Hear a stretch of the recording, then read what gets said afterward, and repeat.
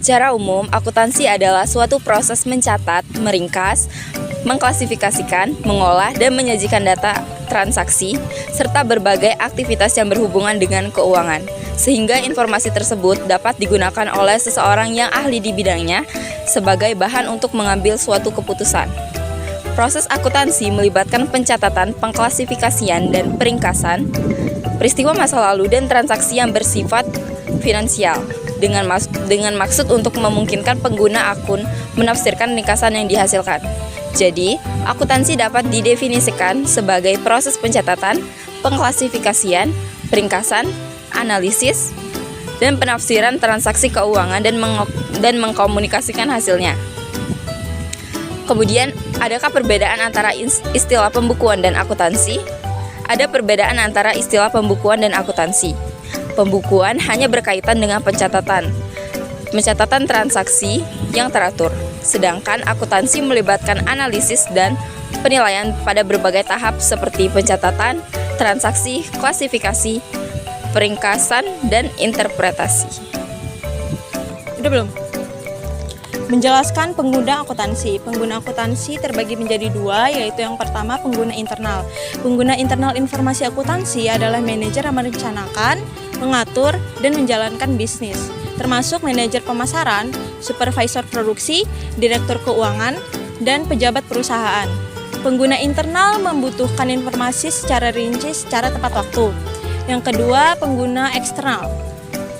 Pengguna eksternal adalah individu dan organisasi di luar perusahaan yang menginginkan informasi keuangan tentang perusahaan. Dua jenis penggunaan eksternal yang paling umum adalah investor dan kreditor. Contoh-contoh pengguna data akuntansi. Yang pertama, perusahaan. Pengguna data akuntansi di dalam perusahaan meliputi manajemen, departemen keuangan, dan departemen operasional. Mereka menggunakan data akuntansi untuk mengambil keputusan bisnis, mengelola keuangan perusahaan, memantau kinerja keuangan, dan melaporkan hasil keuangan kepada pemangku kepentingan. Yang kedua, pemilik bisnis. Pemilik bisnis menggunakan data akuntansi untuk memantau kesehatan profitabilitas, mengelola arus kas, dan membuat keputusan strategi berdasarkan informasi keuangan. Yang ketiga, investor.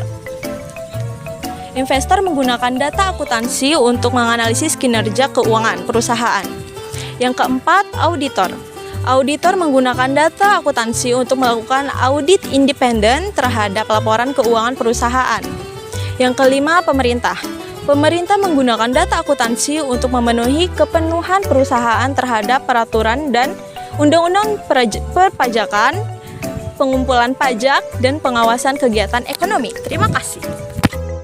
IFRS. Kita mulai dari definisinya dulu.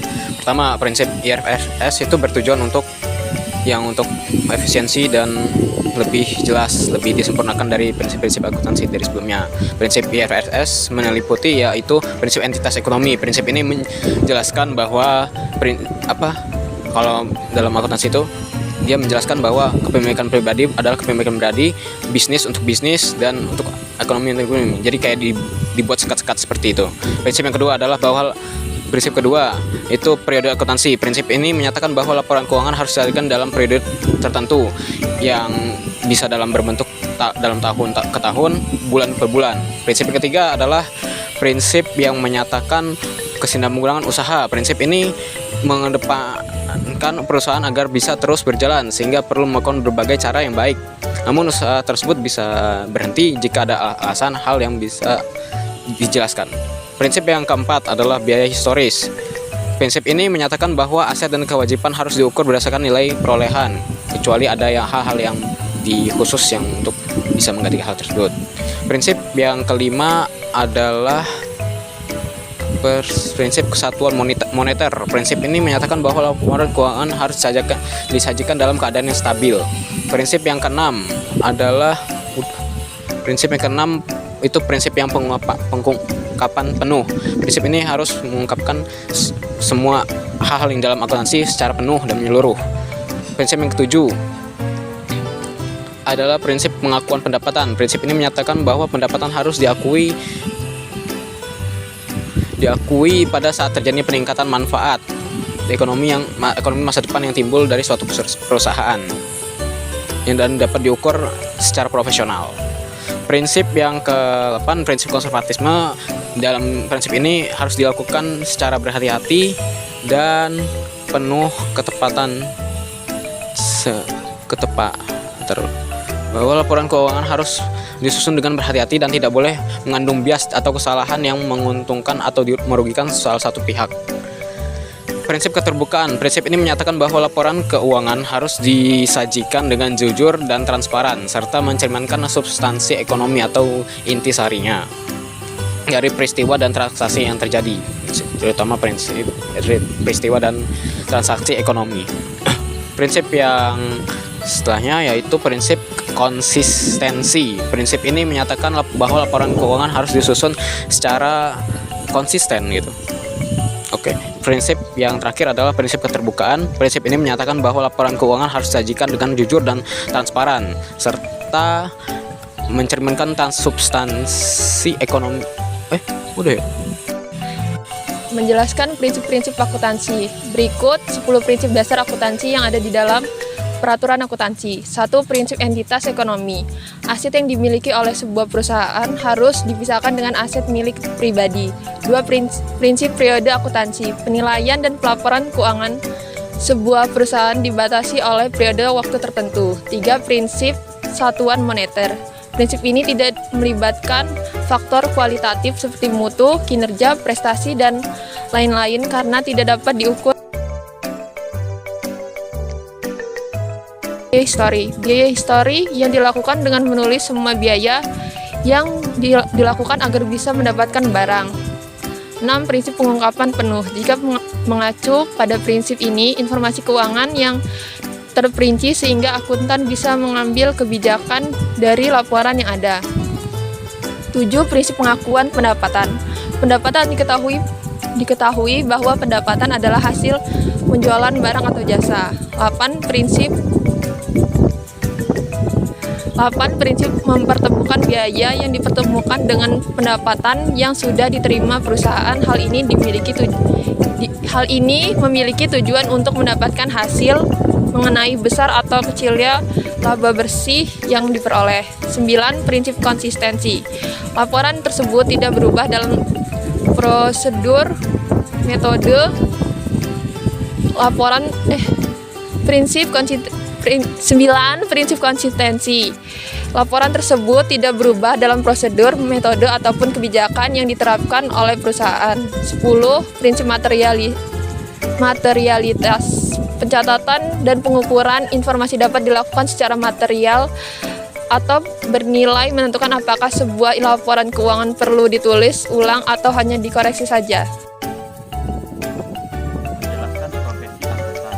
Akuntan adalah seorang profesional yang memiliki pengetahuan dan keterampilan dalam bidang akuntansi. Tugas utama seorang akuntan adalah mengumpulkan, mencatat, menganalisis, dan menginterpresentasikan data keuangan untuk membantu manajemen dalam pengambilan keputusan bisnis. Peran profesi akuntan dalam menjaga integritas dan transparansi dalam laporan keuangan perusahaan. Integritas. Profesi akuntan memiliki peran penting dalam menjaga integritas laporan keuangan perusahaan.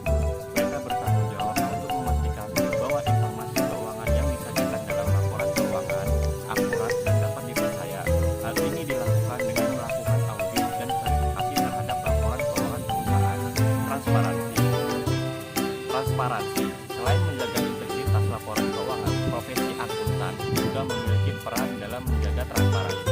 Dalam laporan keuangan perusahaan, mereka harus memastikan bahwa informasi keuangan yang disajikan dengan jelas dan mudah dipahami oleh para pemangku kepentingan perusahaan, seperti halnya investor dan kreditor. Hal ini dilakukan dengan menyajikan keuangan yang lengkap dan akurat dalam laporan keuangan tersebut. Selanjutnya, menjelaskan bidang akuntansi. Bidang akuntansi paling umum adalah akuntansi keuangan dan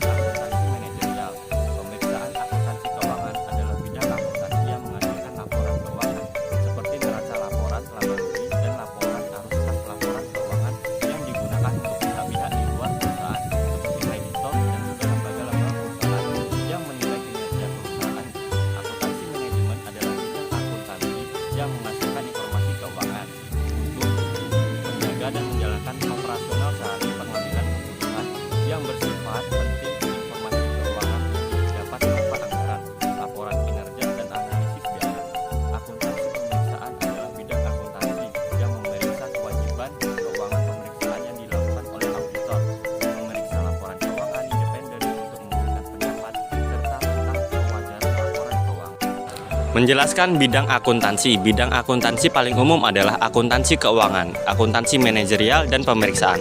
Akuntansi keuangan adalah bidang akuntansi yang menghasilkan laporan keuangan seperti neraca, laporan laba rugi, dan laporan arus kas.